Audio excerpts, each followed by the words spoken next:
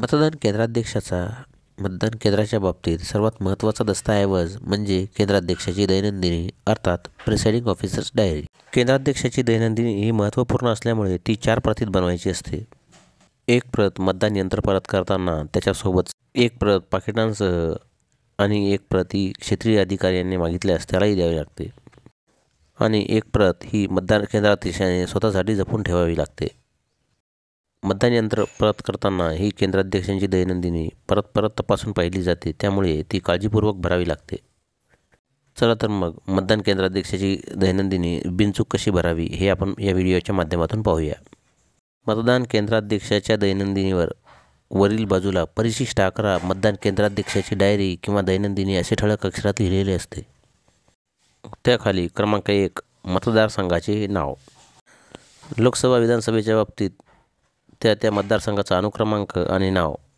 निवडणूक जर महानगरपालिका, नगरपालिका किंवा नगरपंचायतीची असेल तर त्या नगरपंचायतीचे किंवा नगरपालिका मनपाचे नाव आणि जी पंचायत समिती असेल तर त्या जिल्हा परिषद किंवा पंचायत समितीचे नाव तिथे नोंदवायचे असते. क्रमांक 2 सार्वत्रिक किंवा पोटनिवडणूक जी असेल त्यावर राईट खूण करून गट क्रमांक लिहायचा असतो. क्रमांक 3 मतदानाची तारीख. जी मतदानाची तारीख असेल ती येथे नोंदवायची असते. तर क्रमांक 4 येथे मतदान केंद्राचा क्रमांक जो असेल तो नोंदवायचा आहे.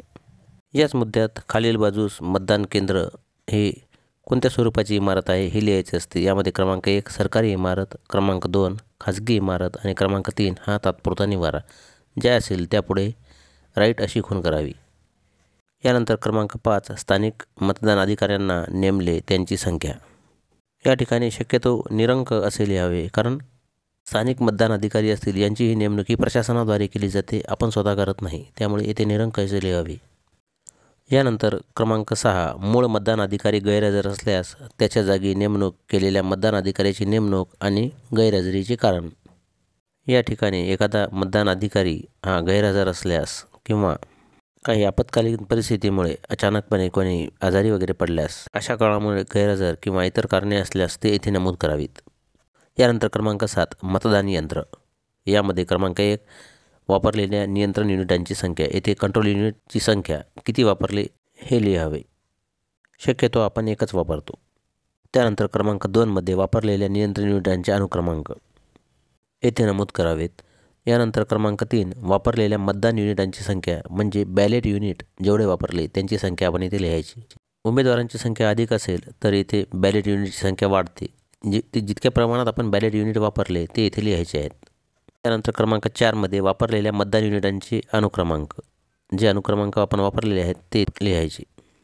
यानंतर अनुक्रमांक 8 मधील 1 मध्ये वापरलेल्या कागदी मोहरांची संख्या.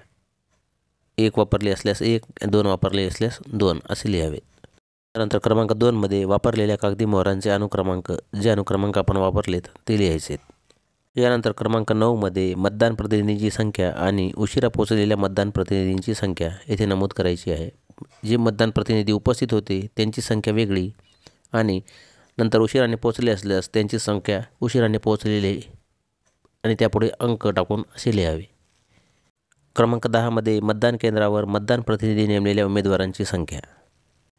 जितक्या उमेदवारांनी प्रतिनिधी नेमले असतील त्या उमेदवारांची संख्या येथे लिहायची आहे. एका उमेदवाराचा एकच प्रतिनिधी एका वेळी उपस्थित राहील याची काळजी घेऊन एखादा बदली प्रतिनिधीसुद्धा नेमता येईल, परंतु एका वेळी एका उमेदवाराचा एकच उपस्थित असावा याची काळजी घ्यावी. त्यानंतर क्रमांक 11 1 मध्ये मतदान केंद्राला दिलेले एकूण मतदार. यामध्ये एकूण मतदारांची संख्या लिहावी. मतदार यादीच्या चिन्हांकित केलेल्या प्रतीनुसार मतदान करण्यास परवानगी दिलेली मतदारांची संख्या. येथे ती मतदारांची संख्या लिहावी. क्रमांक 3 मतदार नोंदवहीत म्हणजे नमुना VM3 नुसार प्रत्यक्ष मतदान केलेल्या मतदारांची संख्या जी आहे ती लिहावी. यानंतर क्रमांक 4 मध्ये मतदान यंत्रानुसार नोंद झालेल्या मतांची संख्या ती इथे नमूद करावी. यामध्ये क्रमांक 2, 3 आणि 4 मधील संख्या ही जुळली पाहिजेत.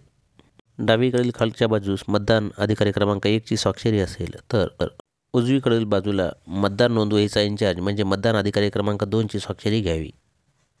पुढील पानावर अनुक्रमांक 12 मध्ये ज्यांनी मतदान केले त्या मतदारांची संख्या म्हणजे इथे एकूण संख्या नमूद करावी. त्याच खाली मतदान केलेले एकूण पुरुष, एकूण महिला आणि स्त्री पुरुष महिला मिळून एकूण येथे संख्या नमूद करावी. त्यानंतर अनुक्रमांक 13 आव्हानित मते म्हणजेच चॅलेंज वोट. एखादे आव्हानित मत नोंदवल्या गेल्यास परवानगी दिलेल्यांची संख्या, परवानगी न दिलेल्यांची संख्या आणि रक्कम फेडली जे असेल ते येथे नमूद करावे. अनुक्रमांक 14 मध्ये निवडणूक सेवा दाखला सादर करून मतदान केलेल्या मतदारांची संख्या. या बाबतीत एखादा EDC मतदार येथे असल्यास येथे ती नोंद करावी, नाहीतर नील किंवा निरंक असे लिहावे. अनुक्रमांक 15 सहकार्याच्या आधाराने मतदान केलेल्या मतदारांची संख्या. यामध्ये अंध, अपंग किंवा वृद्ध मतदाराच्या बाबतीत सहकार्याच्या मदतीने मतदान केलेले असल्यास येथे लिहावे, न केल्यास निरंक असे लिहावे. अनुक्रमांक 16 दुबार मतांची संख्या असल्यास येथे नोंद करावी किंवा निरंक असे लिहावे. 17 मध्ये मतदारांची संख्या. मध्ये वयाविषयी घोषणापत्र घेतले असल्यास किंवा ज्या कोणी अशी घोषणापत्रे देण्यास नकार दिला त्यांची संख्या येथे लिहावी. शक्यतो ही संख्या निरंक अशीच लिहावी लागते. अनुक्रमांक 18 जर मतदान तहकूब करण्याची खरोखर गरज होती तर तहकुबीचे कारण. काही आपत्कालीन परिस्थिती उद्भवली आणि येथे जर अचानकपणे मतदान तहकूब करण्याची गरज झाल्यास येथे कारण नमूद करावे किंवा नाही असे लिहावे. अनुक्रमांक 19 नोंदणी केलेल्या मतांची संख्या. यामध्ये दर 2 तासांनी केलेल्या मतदानाची नोंद करावी. यामध्ये नोंद करताना त्या 2 तासांच्या दरम्यान जेवढे मतांची नोंद झाली तीच लिहावी. अनुक्रमांक 20 मतदान करतेवेळी वाटलेल्या स्लिपांची संख्या. मतदानाची वेळ समाप्तीच्या वेळी जर बाहेर गर्दी असल्यास रांगेतील मतदारांना ज्या स्लिपा दिल्या जातात त्यांची संख्या येथे नमूद करावी. अनुक्रमांक 21 निवडणूक गुन्हा प्रकरणांची संख्या. यामध्ये मतदान केंद्राच्या 100 मीटरच्या आत प्रचार करणे. मतदाराची तोतयागिरी. नंबर 3 मतदान केंद्रावरील नोटिसांची यादी वा इतर कागदपत्रे खराब करणे किंवा नष्ट करणे. मतदारांना लाच देणे. मतदारांना वा इतरांना भीती घालणे. मतदान केंद्र ताब्यात घेणे.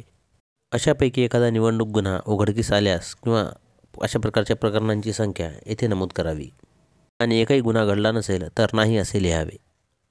अनुक्रमांक 22 मतदानास अडथळा आला. यामध्ये 1 दंगल, 2 हिंसाचार, 3 नैसर्गिक आपत्ती, 4 मतदान केंद्र ताब्यात घेणे, 5 मतदान यंत्रात बिघाड, 6 इतर कारणे. प्रत्यक्ष मतदानाच्या वेळी अशा प्रकारचा एखादा अडथळा आल्यास येथे नमूद करावे. त्याचबरोबर एखाद्या स्वरूपाचा अडथळा निर्माण झाल्यास सविस्तरपणे येथे नमूद करावे लागते. अशी परिस्थिती उद्भवली नाही तर नाही असे लिहावे. अनुक्रमांक 23 मतदान केंद्रावर मतदान यंत्राकडून मतदान खराब झाले. असं काही झालं असल्यास येथे नमूद करावे किंवा नाही असे लिहावे. यामध्ये मतदान केंद्राध्यक्षाच्या ताब्यातून अनधिकृतपणे मतदान यंत्र बाहेर नेले. अपघात वा जाणीवपूर्वक हरवले वा नष्ट केले किंवा बिघडले वा हस्तक्षेप केला. अशा स्वरूपाची घटना घडल्यास येथे विस्तृतपणे नमूद करावे किंवा नाही असे लिहावे. असे काही घडले नसल्यास नाही असे लिहावे. अनुक्रमांक 24 गंभीर तक्रार जर उमेदवार किंवा प्रतिनिधीने केल्यास. उमेदवार किंवा प्रतिनिधीने गंभीर स्वरूपाची एखादी तक्रार केल्यास येथे नमूद करावे किंवा न केल्यास नाही असे लिहावे. क्रमांक 25 कायदा आणि सुव्यवस्थेचा भंग करणाऱ्या प्रकरणांची संख्या. असे काही प्रकरण आढळल्यास ज्याद्वारे कायदा व सुव्यवस्थेचा भंग झाला असे आपल्याला आढळल्यास येथे नमूद करावे किंवा निरंक किंवा नील असे लिहावे. क्रमांक 26 मतदान केंद्रावरील चुका आणि अनियमितता घडल्यास. मतदान केंद्रावर गंभीर स्वरूपाच्या चुका किंवा अनियमितता घडल्यास येथे नमूद करावे किंवा नाही असे लिहावे. क्रमांक 27 मतदानास आरंभ होण्याआधी मतदान घालताना गरज पडल्यास जेव्हा नवे मतदान यंत्र वापरतात आणि मतदानाच्या शेवटी गरज भासते तसे घोषणापत्र केले. यानंतर उजव्या कोपऱ्यात मतदान केंद्राध्यक्षाने स्वतःची स्वाक्षरी करावी व डाव्या कोपऱ्यात नमूद केल्याप्रमाणे स्थळ आणि तारीख लिहावी. ही मतदान केंद्राध्यक्षाची डायरी मतदान यंत्रे आणि इतर मोहरबंद कागदपत्रांबरोबर निर्वाचन अधिकाऱ्याकडे पाठवायला हवी असते. प्रसंगी आयोगाकडून या प्रपत्रामध्ये इतरही काही कॉलम वाढविल्यास तेही व्यवस्थित नमूद करावेत आणि वेळोवेळी आयोग तथा प्रशासनाद्वारे दिल्या गेलेल्या विविध निर्देशांचे तंतोतंत पालन करावे. व्हिडिओ आवडल्यास लाईक आणि शेअर करा. चॅनलला सबस्क्राईब करा. धन्यवाद.